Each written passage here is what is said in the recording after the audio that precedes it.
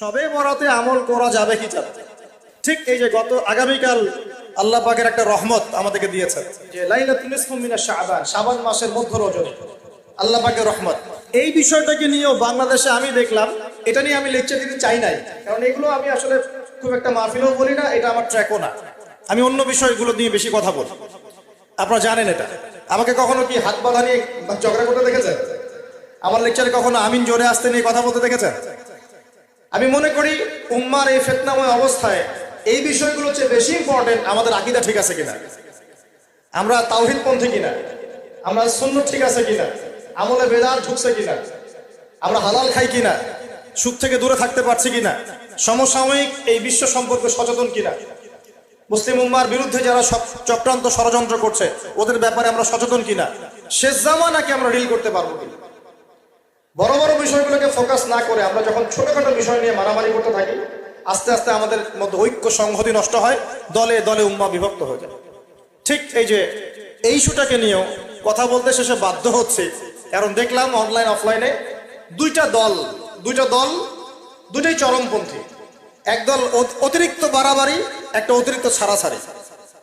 বাড়াবাড়ি আর ছাড়াছাড়ি, একটা অতিরিক্ত বাড়াবাড়ি, সে একদম শবে বরাতকে মনে হয় লাইলাতুল কদরের উপরে নিয়ে যাচ্ছে আর কি। লাইলাতুল নিসফু মিনাশ শাবানকে কোনো কোনো ক্ষেত্রে বাড়াবাড়ি পন্থীরা একদম লাইলাতুল কদরের উপরে নিয়ে চলে যাচ্ছে। আর ছাড়াছাড়ি যারা, তারা বলছে এই রাত্রে কোনো কিছুই করা যাবে না। দুইটাই চরমপন্থী, বুঝতে পারছেন না মনে করেন। একদল এটাকে নিয়ে এত বেশি বাড়াবাড়ি করছে যে এটাকে একদম লাইলাতুল কদরের উপরে নিয়ে চলে যাচ্ছে। আরেক দল দেখা যাচ্ছে এটাকে এমন ভাবে পরিত্যাগ করছে না, এতে কিছুই করা যাবে না, কোনো ফজিলতি নাই।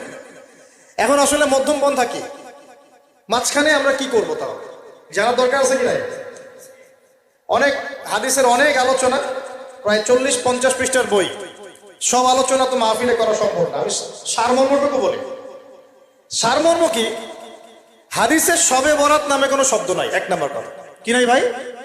শবে বরাত নামে কোনো শব্দ নাই, আছে লাইলাতুন নিসফু মিনাশ শাবান, শাবান মাসের মধ্য রজনী। শাবান মাসের মধ্য রজনী। শাবান মাস কি? উত্তর, নবী সাল্লাল্লাহু আলাইহি ওয়াসাল্লাম রমজান মাসের পর যে মাসে রোজা রাখতে বেশি গুরুত্ব দিয়েছেন তার নাম শাবান। আমার সাথে বলেন, শাবান মাস কি? নবী সাল্লাল্লাহু আলাইহি ওয়াসাল্লাম রমজানের পরে যে মাসে রোজা রাখতে খুব বেশি গুরুত্ব দিয়েছেন তার নাম শাবান।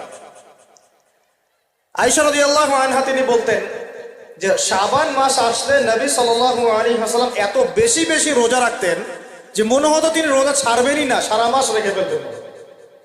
বেশি থেকে বেশি রোজা রাখতেন শাবান মাসে। প্রশ্ন হচ্ছে কেন? উত্তর, এমনিতে এই মাসটা বরকতময় এবং এই মাসে আল্লাহ পাক তার রহমতে বিপুল সংখ্যক মানুষকে জাহান্নাম থেকে মুক্তি দান করেন। সুবহানাল্লাহ। নবী সাল্লাল্লাহু আলাইহি ওয়াসাল্লাম এই মাসকে তাজিম করতেন। এই মাসের সম্মানার্থে, এই মাসে আল্লাহর রহমত বরকতের স্বার্থে নবী করিম সাল্লাল্লাহু আলাইহি ওয়াসাল্লাম এই মাসে বেশি বেশি রোজা রেখেছেন। সুন্নত কি শিখলাম? শাবান মাসে বেশি বেশি রোজা রাখা সুন্নত। একটা কি পেলাম ভাই? শাবান মাসে বেশি বেশি রোজা রাখা সুন্নত। আপনি যদি মুকিম হন, শরীর সুস্থ থাকে, মুসাফির না, আপনার সুস্থতা আছে, সব ঠিক আছে, আপনি চেষ্টা করবেন এই মাসে বেশি বেশি রোজা রাখতে। পারা যাবে ইনশাআল্লাহ? এটা নবীর সুন্নত হবে। আরেকটা হাদিস মাথায় নিয়ে না, আজকে সারা ওয়াজ ভুলে গেলে এই ওয়াজটা ভুলেন না। কি হাদিস? নবীজি বলছেন, তোমাদের সামনে, হে আমার সাহাবীরা, তোমাদের সামনে এমন একটা যুগ আসছে, ওই যুগে আমার সুন্নতকে ধরে রাখাটা হাতের মধ্যে আগুন ধরে রাখার মতো। আমি অনেকদিন এই লেকচারে এই হাদিসটা বলেছি। তোমাদের সামনে এমন একটা কঠিন যুগ আসছে, জামানা সবরিন, সবরের যুগ, কঠিন যুগ। ওই যুগে ঈমান ধরে রাখা, মানে আমার সুন্নতের উপর থাকা, হাতে আগুন ধরে রাখার মতো হবে। ওই যুগে যদি তোমরা আমার একটা সুন্নতকে জীবিত করতে পারো, সমাজে একটা সুন্নত মরে গেছে, ওটাকে আবার জীবিত করতে পারো, তাহলে 50 জন শহীদ সাহাবীর নেকি পাবে। হাদিসটা বুঝলেন? শুধু নেকি না, আপনি 50 জন শহীদ সাহাবীর নেকি পাবেন যখন চলমান সমাজে একটা সুন্নত মিটে গেছে, নাই, মানুষ আমল করছে না, কিন্তু আপনি সেটাকে জীবিত করলেন। পারা যাবে ইনশাআল্লাহ? একটা দেখাচ্ছি, যেমন সাহাবীদের যুগে মানুষ মসজিদে ঢুকলে কি করতো জানেন? আগে 2 রাকাত নামাজ পড়তো। কি করতো? মসজিদে ঢুকেই, ওযু অবস্থায় মসজিদে ঢুকেই তারা বসতেন না। আগে 2 রাকাত নামাজ পড়তেন, দুখুলুল মসজিদ বা তাহিয়াতুল মসজিদ, তারপরে বসতেন। আর নবীজি বলেছেন কিয়ামতের আগে আগে এই দুখুলুল মসজিদ, তাহিয়াতুল মসজিদ, এই নামাজটা উঠে যাবে। উঠে যাচ্ছে না আস্তে আস্তে। মসজিদে ঢুকলে মানুষ ধাপ করে বসে পড়ে, তাই না? মানুষ ভুলেই গেছে এটা সুন্নত। এখন আপনি যদি এই সুন্নতটাকে আবার জীবিত করতে পারেন, ইনশাআল্লাহ 50 জন শহীদ সাহাবীর নেকি পাবেন।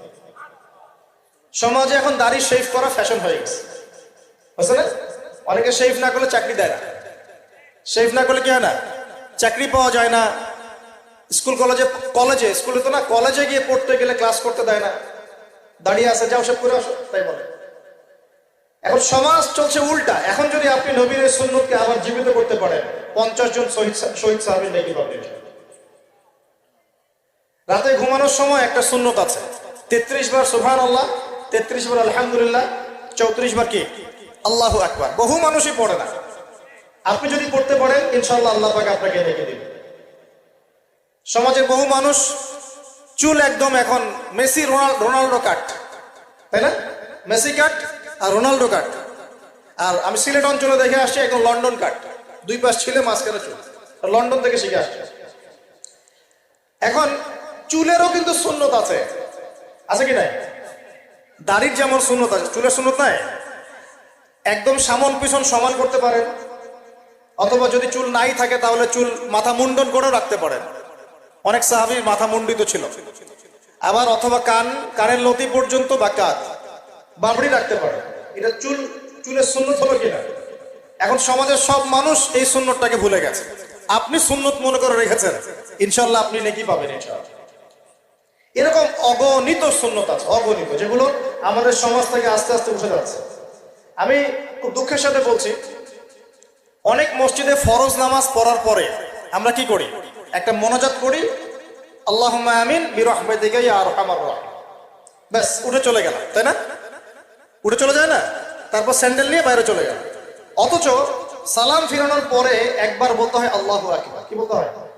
3 বার বলতে হয় আস্তাগফিরুল্লাহ, আস্তাগফিরুল্লাহ, আস্তাগফিরুল্লাহ। বলতে হয় আল্লাহুম্মা আনতাস সালাম ওয়া মিনকাস সালাম তাবারাকতা ইয়া যাল জালালি ওয়াল ইকরাম। একবার পড়তে হয় আয়াতুল কুরসি, 33 বার সুবহানাল্লাহ, 33 বার আলহামদুলিল্লাহ, 33 বার আল্লাহু আকবার, তারপর কালিমা শাহাদাত। এরপর সূরা ফালাক একবার, সূরা নাস একবার, ইখলাস একবার।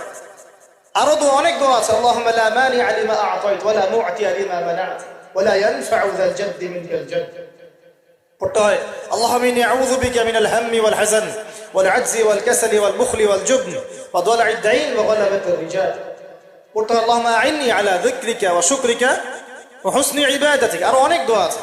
দেখেন তো, মোনাজাত করেন, আমি তো না করছি না, আমি তর্ক করতে আসি না এখানে, এটা নিয়ে আমি ঝগড়া করতে আসি। কিন্তু এই সুন্নতটা যে উঠে গেল, মোনাজাতটা করে যে মসজিদ থেকে বের হয়ে চলে গেলেন, এই সুন্নতটার উপর আমল কে করবে? সুন্নত উঠে গেল না? আপনি যদি বসে এখন সুন্নতটা প্রতিষ্ঠা করেন, নেকি পাবেন। এগুলো তো গেল আমলিয়াত। সমাজ চলছে সুদের উপরে। আপনি যদি হালাল অর্থনীতি প্রবর্তন করতে পারেন তাহলে কত নেকি পাবেন? সমাজ চলছে জেনায়, আপনি এখন পর্দা প্রতিষ্ঠা করলেন, তাহলে কত নেকি পাবেন? সমাজে চলছে দুর্নীতি, আপনি এখন আমানতদারিতা, ইনসাফ প্রতিষ্ঠা করলেন, কত নাকি পাবেন? সমাজে চলছে শয়তানি, সব শয়তানি। কি চলছে? শয়তানি। এখন আপনি আল্লাহ রাব্বুল আলামিনের ওহী প্রতিষ্ঠা করলেন, কত নাকি পাবেন? নিঃসন্দেহে আর অনেক বেশি নাকি পাবেন। আল্লাহ পাক আমাদেরকে সেই লক্ষ্যে কাজ করার তৌফিক দান করুন। প্রিয় ভাইরা, যে কথা বলতে এখানে আসলাম, এক বাড়াবাড়ি, এক কি ছাড়াছাড়ি, এর মাঝখানে কি একটা ফজিলত জানলাম। শাবান মাস মানে এই মাসে নবীজি বেশি বেশি রোজা রাখেন। তাহলে আমরা কি করবো এই মাসে ভাই? 1 নম্বর কাজ, বেশি বেশি রোজা রাখার চেষ্টা করবো ইনশাআল্লাহ। আল্লাহ তৌফিক দান করবেন। এবার আরেকটা পয়েন্ট বলি, সামনে রমাদান মাস। রমজান মাস আসলে আমরা মাশাআল্লাহ পরিপূর্ণ মুসলিম হওয়ার চেষ্টা করি, কিন্তু সারা বছর এটা ধরে রাখতে পারি না। রমজান মাসে যে নামাজ পড়ে না সেও মসজিদে যায়। দেখা যায় যে জুমার নামাজও পড়ে না, ও তারাবির নামাজ পড়তে যায়, যায় কি না? ওই দিন গিয়ে বলে এসি দেন, ইমাম সাহেব এসি অন করেন, তাইলে সারা বছর তো আসলে ওই দিন গিয়ে ইমাম সাহেব এসি বন্ধ কেন, এই মুয়াজ্জিন সাহেব ফ্যান দেন। তখন ওখানে গিয়ে মানে কি বলবো, হ্যাঁ, মাতব্বরি করে আর কি।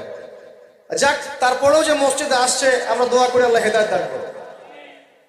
আমরা তো কাউকে পিছনে ফিরাই দিব না, দিব? এখন রমজান মাস আসলে আমরা মাশাআল্লাহ রোজা রাখি, মানুষকে ইফতার করাই, দান সদকা করি, আমরা যাকাত দেই, তারাবি পড়ি, কোরআন তেলাওয়াত করি, আমরা মাশাআল্লাহ অনেক আমল করি। এই আমলগুলো কি একবারে ধাপাস করে ধরে ফেলা সম্ভব না? একটা আস্তে আস্তে ট্রেনিং প্রসেস লাগে। একটা ফ্যান চালু করলে ফ্যানটা কি শুরুতেই ধাপাস করে ঘুরতে শুরু করবে, নাকি আস্তে স্লোলি স্লোলি সে মোমেন্টাম ধরবে? কোনটা? আস্তে আস্তে সে গতি পাবে না, ধীরে ধীরে গতি পাবে। ঠিক শাবান মাসে এত বেশি রোজা রাখা, ইবাদত করার অর্থ কি? যাতে রমজান মাসে আপনি পরিপূর্ণ ইবাদত করতে পারেন। বুঝতে পারছেন কথা? রমজানে গিয়ে তো শুরুতেই সব ইবাদত ধরে ফেলা সম্ভব হবে না। মনে করেন আগামীকাল পহেলা রমাজান, আজকে থেকে আপনি সব ইবাদত একসাথে করতে পারবেন?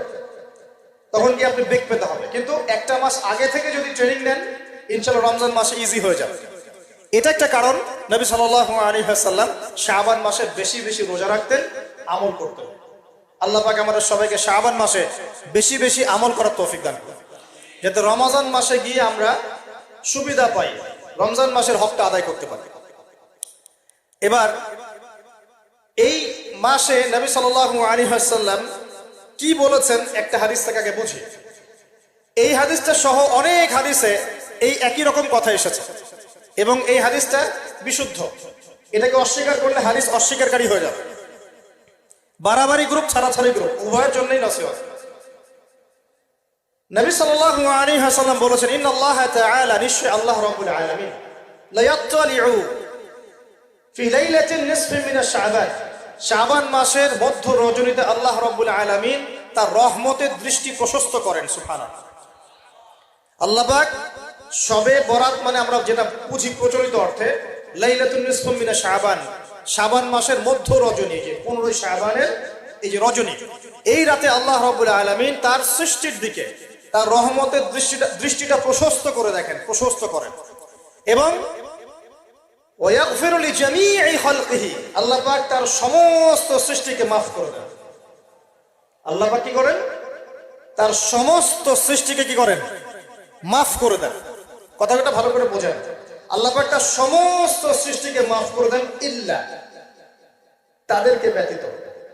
এক, ইল্লা লিমুশরিকিন, এক নাম্বার যে ব্যক্তি মুশরিক, যে শিরক করে আল্লাহর সাথে, যে আল্লাহর সাথে শিরক করে। আর দুই, মুশাহিনে, যে ব্যক্তি অন্তরে মানুষের সাথে বিদ্বেষ পোষণ করে, হিংসা বিদ্বেষ মনে আছে এরকম ব্যক্তি, এবং মনের মধ্যে শিরক আছে, শিরকি আকীদা, মুশরিক, এই দুই শ্রেণীর মানুষ ছাড়া আল্লাহ পাক সমস্ত মানুষকে মাফ করে দেন। তাহলে এই রাতের ফজিলত প্রমাণ হলো কিনা? রাতের ফজিলতটা প্রমাণ হলো কিনা? আচ্ছা, এখন এর ব্যাকআপ আরো অনেকগুলো হাদিস আছে। ওই সবগুলো হাদিসকে একত্রিত করলে এমনই কনক্লুশন আসে। এছাড়াও আরো কিছু দুর্বল হাদিস আছে, এগুলো দুর্বল, সনদগতভাবে অন্যান্যভাবে দুর্বল। ওখানে আরো কিছু পয়েন্ট পাওয়া যায় যে আর কাকে কাকে আল্লাহ পাক মাফ করেন না। সবাইকে তো মাফ করেন, আর কাকে কাকে করেন না। এই হাদিসে দুটো পেয়েছি, এটা একদম অকাট্য। এটা হলো মুশরিক, আল্লাহ পাক মাফ করেন না। দুই, যে অন্তরে হিংসা বিদ্বেষ পোষণ করে, হিংসা বিদ্বেষ আছে, এদেরকে আল্লাহ মাফ করেন না। আরো কিছু দুর্বল বর্ণনা থেকে পাওয়া যায়, এটা দুর্বল বর্ণনা, কিন্তু জেনে রাখতে তো সমস্যা নাই। সমস্যা আছে? আর পাপ তো পাপী, দুর্বল হাদিসে আসুক আর কঠিন হাদিসে আসুক, পাপ তো পাপী নাকি? পাপ ছাড়তে কোনো সমস্যা আছে? তো তৃতীয় এক শ্রেণীর নাম পাওয়া যায়, যারা হচ্ছে আত্মহননকারী, নিজেরা নিজেদেরকে আত্মহত্যা করেছে, এদেরকে আল্লাহ মাফ করেন। আত্মহনন বোঝেন কিনা? আত্মহত্যা যারা করে, আত্মহনন, এটা একটা শ্রেণী পাওয়া যায়। 4 নম্বর একটা পাওয়া যায় আত্মীয়তার সম্পর্ক ছিন্নকারী, আত্মীয়তার সম্পর্ক ছিন্নকারী। 5 নম্বর একটা পাওয়া যায়, সেটা হলো মাদক দ্রব্য সেবনকারী। মাদক দ্রব্য সেবনকারী, যুবকরা খুব ভালো করে শোনায়, মাদক দ্রব্য সেবনকারী আল্লাহ সবাইকে মাফ করেন, মাফ করছেন না। আরেকটা পাওয়া যায়, সেটা হলো যারা জেনার পাপে লিপ্ত আছে। কিসের পাপে ভাই? জেনার পাপ। এরকম আর কিছু ব্যাকআপ পাওয়া যায়, কিন্তু এগুলোর বর্ণনা দুর্বল। বর্ণনা কি? দুর্বল, কিন্তু পাপ তো পাপই নাকি? এই পাপগুলো তো পাপ, এই পাপগুলো করলে কি আল্লাহ খুশি হন? অকাট্য সহি থেকে পাওয়া যায় এই দুইটা, মুশরিক এবং মুশাহিদ, যারা শিরক করে, অন্তরে বিদ্বেষ পোষণ করে, আল্লাহ পাক এদেরকে মাফ করেন। এখন আগে জানি শিরিক থেকে কিভাবে বাঁচবো, শিরিক কি এবং কেন, তারপরে জানবো হিংসা বিদ্বেষ, তারপরে আমরা যাব এই রাত্রে আমরা কি করতে পারি। মনে রাখবেন, আমল করতে হবে তিনটা বিষয় খেয়াল রেখে। কয়টা বিষয় ভাই?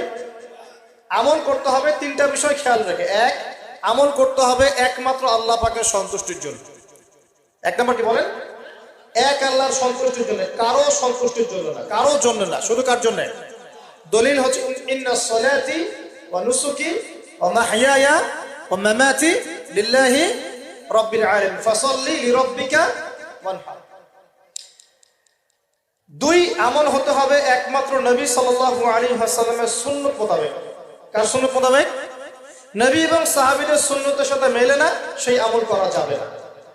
নবী এবং সাহাবীদের সুন্নতের সাথে মেলে না সেই আমল করা যাবে না।